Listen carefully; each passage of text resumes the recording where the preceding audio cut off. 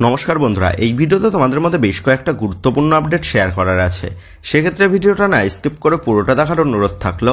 আর তোমরা যারা চ্যানেলে প্রথমবার এসেছো তারা কিন্তু অবশ্যই ভিডিওতে লাইক দিয়ে চ্যানেলটা সাবস্ক্রাইব করে রেখো, কারণ তুমি কিন্তু এখানে তোমার প্রিয় দলের সমস্ত রকম খেলার খবর সবার আগে পেয়ে যাবে। তো চলো আর দেরি না করে আজকের ভিডিওর মেন টপিকগুলো নিয়ে আলোচনা শুরু করা যাক। তো সবার প্রথম আপডেটটাই আই লিগের ক্লাব ইন্টারকাশি দলকে নিয়ে। তো এই মৌসুমে আইএসএল এর সমস্ত দলগুলি তারা কিন্তু দুর্দান্তভাবে দল গঠন করছে সাফল্য পাওয়ার জন্য।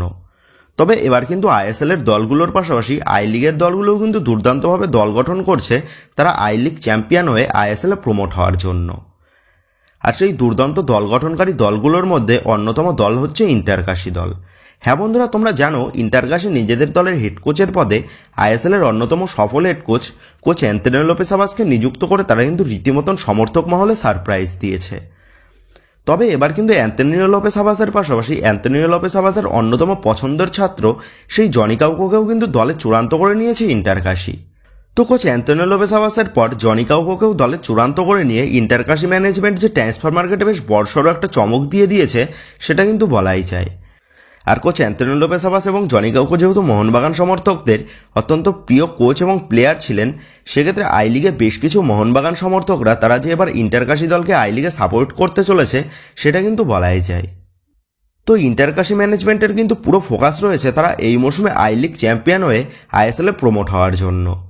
তবে যেমনটা আপডেট, ইন্টারকাশি তারা কিন্তু এই মৌসুমে সরাসরি আইএসএল এ এন্ট্রি নেওয়ারও চেষ্টা করছে। তো তোমরা জানো হায়দ্রাবাদ এফসি এই মৌসুমে তারা কিন্তু আইএসএল এর দল নামাতে পারবে নাকি সেই নিয়ে যথেষ্ট সংশয় রয়েছে। আর সেই মতনই যেমনটা আপডেট বেরিয়ে এসেছে, আইএসএল ম্যানেজমেন্ট তারা কিন্তু হায়দ্রাবাদ এফসিকে আগামী 15 তারিখ পর্যন্ত একটা সময় বেঁধে দিয়েছে তারা আইএসএল এ খেলতে পারবে নাকি সেই বিষয়ে জানানোর জন্য। আর হায়দ্রাবাদ এফসির বর্তমানে যা পরিস্থিতি তাতে কিন্তু হায়দ্রাবাদ এফসির নতুন কোনো ইনভেস্টরও এখনো পর্যন্ত জোগাড় করতে পারেনি। সেক্ষেত্রে এটা বলাই যায় হায়দ্রাবাদ এফসির এই মৌসুমে আইএসএল এ খেলার চান্স কিন্তু খুবই কম। আর হায়দ্রাবাদ এফসি তারা আইএসএল এর দল নামাতে না পারলে হায়দ্রাবাদ এফসির পরিবর্তে কিন্তু নতুন দল আইএসএল এ আসবে। আর সেই কারণেই হায়দ্রাবাদ এফসির পরিবর্তে ইন্টারকাশি তারা কিন্তু ফ্র্যাঞ্চাইজি ফি দিয়ে তারা আইএসএল এ আসার কিন্তু একটা চেষ্টা চালাচ্ছে। তবে আবার ইন্টারকাশির পাশাপাশি আই লিগের আরও বেশ কয়েকটা দল তারাও কিন্তু ট্রাই করছে আইএসএল এ আসার জন্য। সেক্ষেত্রে এখন এটাই দেখার বিষয় হবে হায়দ্রাবাদ এফসির যদি নিজেদের নামটাকে উইথড্রল করে নেয় তাহলে হায়দ্রাবাদ এফসির পরিবর্তে আইএসএল এ ইন্টারকাশি দলকে আমরা দেখতে পাই নাকি। তো বন্ধুরা, কোচ অ্যান্তোনিও লোপেস আবাসের দল ইন্টারকাশিকে তোমরা আইএসএল এ দেখতে পেলে কতটা খুশি হবে এই বিষয়ে তোমাদের মতামতটা অবশ্যই নিচে কমেন্ট করে জানিয়ে দিও। তো একেবারে নেক্সট আপডেটটা মোহনবাগানকে নিয়ে। তো আজ মধ্যরাতেই কিন্তু কলকাতায় পা দিয়ে দিয়েছে কলকাতা ময়দানের সবথেকে বড় গুন্ডা ডিমিত্রি দাবস। মধ্যরাতে হাজার হাজার সবুজ মেরুন সমর্থকদের জনজোয়ারের ভিড়ে কলকাতায় পা রেখেছে কিন্তু সবুজ মেরুন সমর্থকদের নয়নের মনে বিদেশি এই ডিমিত্রি পেট্রাটস। আর ডিমিত্রি পেট্রাটস মোহনবাগান শিবিরে যোগ দেওয়ার ফলে মোহনবাগান দলে যে অংশে কমতি ছিল সেই অংশটাও কিন্তু এবার পরিপূর্ণ হয়ে গেল। তো যাই হোক, তোমরা অনেকেই জানতে চেয়েছো ডিমিত্রি পেট্রাটস তো আজ যেহেতু কলকাতায় চলে এসেছে তাহলে কি ডিমিত্রি পেট্রাটস আজকের ম্যাচে খেলতে নামতে পারে। তো এই বিষয়ে তোমাদের জানিয়ে দিই, ডিমিত্রি পেট্রাটসের কিন্তু আজকের ম্যাচে খেলার কোনো রকম সম্ভাবনাই নেই। তবে আগামী 18 তারিখ মানে ডার্বি ম্যাচের শুরুর থেকেই ডিমিত্রি পেট্রাটসকে কিন্তু আমরা সবুজ মেরুন জার্সি পরে মাঠ কাঁপাতে দেখতে পেতে চলেছি। তো যাই হোক, আমরা সকলেই আশা করব ডিমিত্রি পেট্রাটস যেন এই মৌসুমে নিজের সেরা পারফরমেন্সটা উজাড় করে দিয়ে মোহনবাগানের লেজেন্ড রূপে ব্যারেটো সনি নর্ডেদের পর নিজের নামটা পাকাপুক্ত করে ফেলতে পারে। তো যাই হোক বন্ধুরা, তোমরা কমেন্ট করে জানিও ডিমিত্রি পেট্রাটস কি পারবে এই মৌসুমেও নিজের সেরা পারফরমেন্সটা উজাড় করে দিয়ে সবুজ মেরুন সমর্থকদের হৃদয় জিতে নিতে। এই বিষয়ে তোমাদের মতামতটা কিন্তু অবশ্যই নিচে কমেন্ট করে জানিয়ে দিও। তো ডুরান্ড কাপের প্রথম ম্যাচে জয় তুলে নিয়ে আজ কিন্তু মোহনবাগান দল ডুরান্ড কাপের দ্বিতীয় ম্যাচে মুখোমুখি হতে চলেছে ইন্ডিয়ান এয়ারফোর্সের বিরুদ্ধে বেলা 4টে থেকে। তো বর্তমানে মোহনবাগানের গ্রুপে ইস্টবেঙ্গল তারা কিন্তু 2 ম্যাচে 2টো বড় জয় তুলে নিয়ে তারা কিন্তু পয়েন্টস টেবিলের প্রথম স্থানে রয়েছে। আর আজ মোহনবাগান দল চাইবে তারা কিন্তু আজকের ম্যাচ থেকেও একটা বড় জয় তুলে নিয়ে ইস্টবেঙ্গলের পাশাপাশি ডুরান্ড কাপের পরবর্তী রাউন্ডে নিজেদের যাওয়ার রাস্তাটা পাকা করে নিতে। আর সেই কারণেই মোহনবাগান কোচ জোসে মলিনা তিনি কিন্তু আজকের ম্যাচে নিজের সেরা প্লেইং 11টা মাঠে নামাতে চলেছে ইন্ডিয়ান এয়ারফোর্সের বিরুদ্ধে। তো যাই হোক, আজকের ম্যাচটা তোমরা টিভিতে দেখতে পাবে সনের স্পোর্টস 10-2 চ্যানেলে, এবং টিভির পাশাপাশি মোবাইলে যারা খেলা দেখবে তারাও কিন্তু জিও টিভিতে সনের স্পোর্টস 10-2 চ্যানেলেও কিন্তু তোমরা লাইভ টেলিকাস্ট দেখতে পেয়ে যাবে গত ম্যাচের মতনই। তো যাই হোক, এবার যদি আজকের ম্যাচের জন্য মোহনবাগান দলের সম্ভাব্য একাদশ কেমন হতে পারে সেই নিয়ে আলোচনা করা যায়, তো আজকের ম্যাচের জন্য কোচ জোসে মলিনা তিনি কিন্তু 3 ব্যাক সিস্টেম বা 4 ব্যাক সিস্টেম ইউজ করতে পারে। তো এখানে 3 ব্যাক এবং 4 ব্যাক দুটো সিস্টেমেই কিন্তু বেশ কয়েকটা প্লেইং 11 তোমাদের মধ্যে এখানে দেখাতে চলেছি।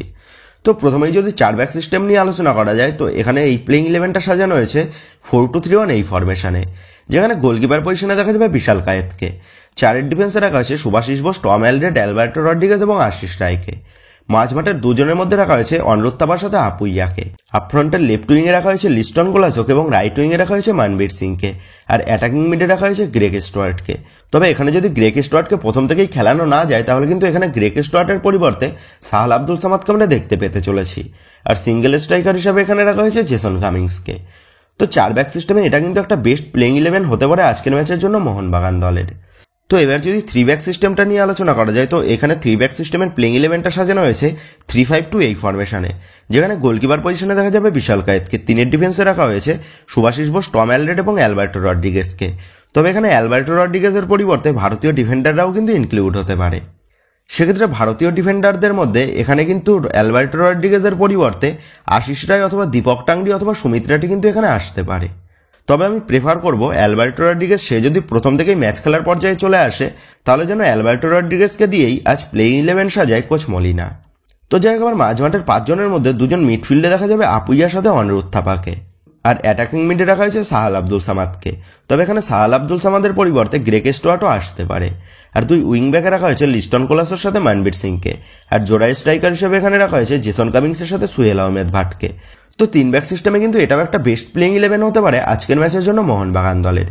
তো বন্ধুরা, তোমাদের মতে এই দুটো প্লেইং 11-এর মধ্যে কোন প্লেইং 11টা নিয়ে আজ মোহনবাগানের নামাটা বেটার হবে, এই বিষয়ে তোমাদের মতামতটা অবশ্যই নিচে কমেন্ট করে জানিয়ে দিও।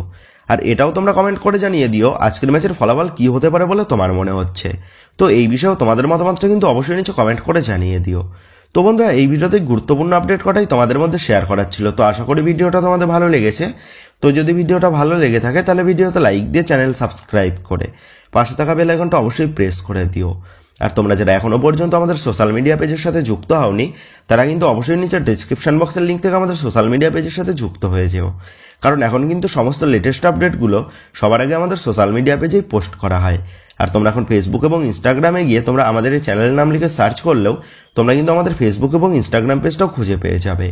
সেক্ষেত্রে তোমার প্রিয় দলের সমস্ত রকম লেটেস্ট আপডেট সবার আগে পাওয়ার জন্য এবং আমার সাথে সরাসরি যে কোনো বিষয়ে কথা বলার জন্য তোমরা কিন্তু অবশ্যই মনে করো আমাদের সোশ্যাল মিডিয়া পেজের সাথে যুক্ত হয়ে যেও। তো বন্ধুরা, এই ভিডিওটা এটুকুই ছিল। তো আসি বন্ধুরা, দেখা হচ্ছে পরের ভিডিওতে।